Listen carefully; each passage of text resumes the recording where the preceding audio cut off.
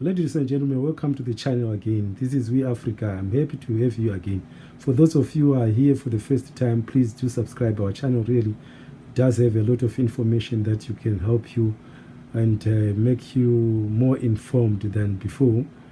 Today, as I come to this channel, I'm happy to be coming here with fresh news that tomorrow, 29 June 2020, all business must close, total shutdown. That is, nobody should be working. The youth leader who is making this declaration, who almost resembles Gauzela in his manner of speech, dressing, and in almost everything, with the exception, of course, of the dreadlocks.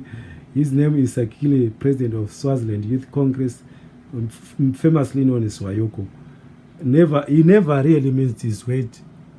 He said all business must close, whether they like it or not, and those who value their business must close.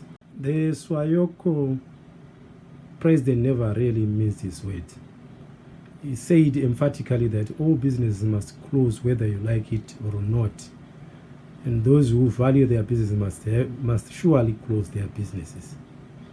And when reached for comment, a government spokesman said that declared that June 29 is not a holiday in Swaziland, and that only the government can gazette these holidays. And so far, these are gazetted maybe at the beginning of the year or mid-year. We are not very sure how they gazette them, but only government can gazette the holidays. And I see a stalemate here. Government seems to have a strong edge over the youth, because what I see in the youth is that they've got strong enthusiasm, strong ambition, strong words, and strong everything. But before they make these declarations, I think they need to make wide consultations, because in the event that they fail, it will seem like they don't have any following.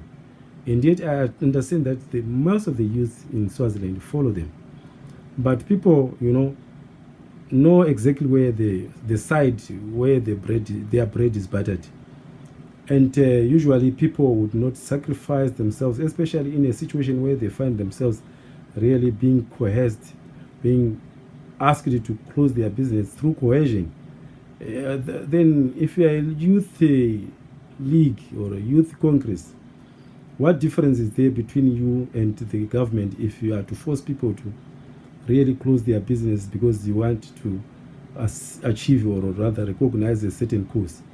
People usually by nature, they don't want to be forced. Once you start forcing people, you ignite that revulsion in them for you, even though they might like you. Even those who might have been following you might stop following you, because your methods are just like the dictator that is there on power.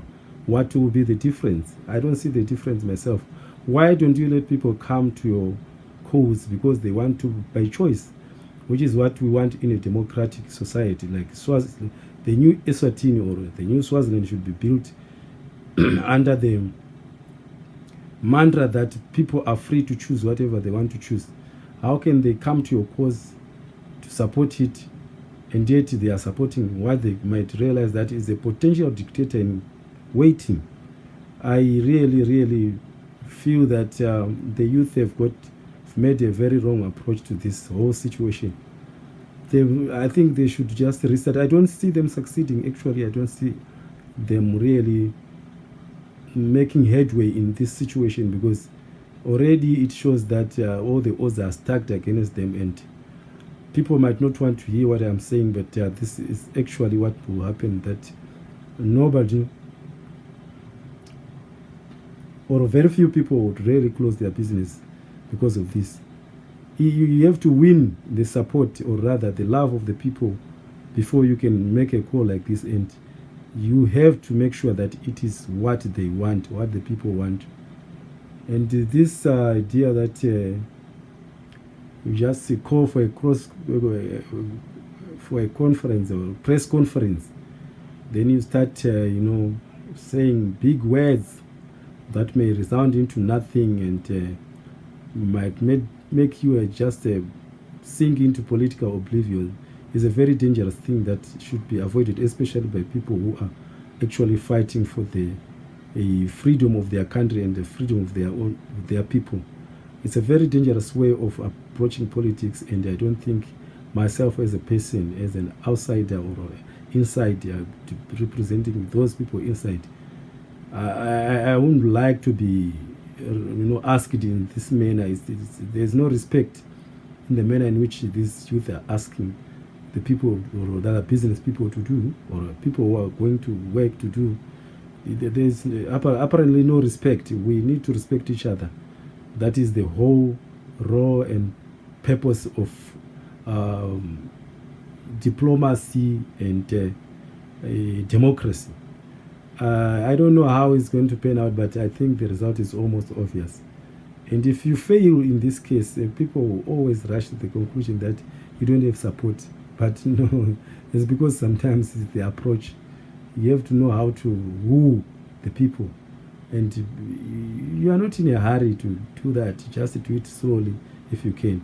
If you do it in a hurry and you discover that it doesn't work, especially if you do it publicly, it gives a totally wrong picture of what is existing in society. So what I'm wondering about is that in the event that people don't close their businesses, such an ultimatum comes with, you need to know how to effect an ultimatum. What if they don't close their business? People go about doing their business. What do you do to them?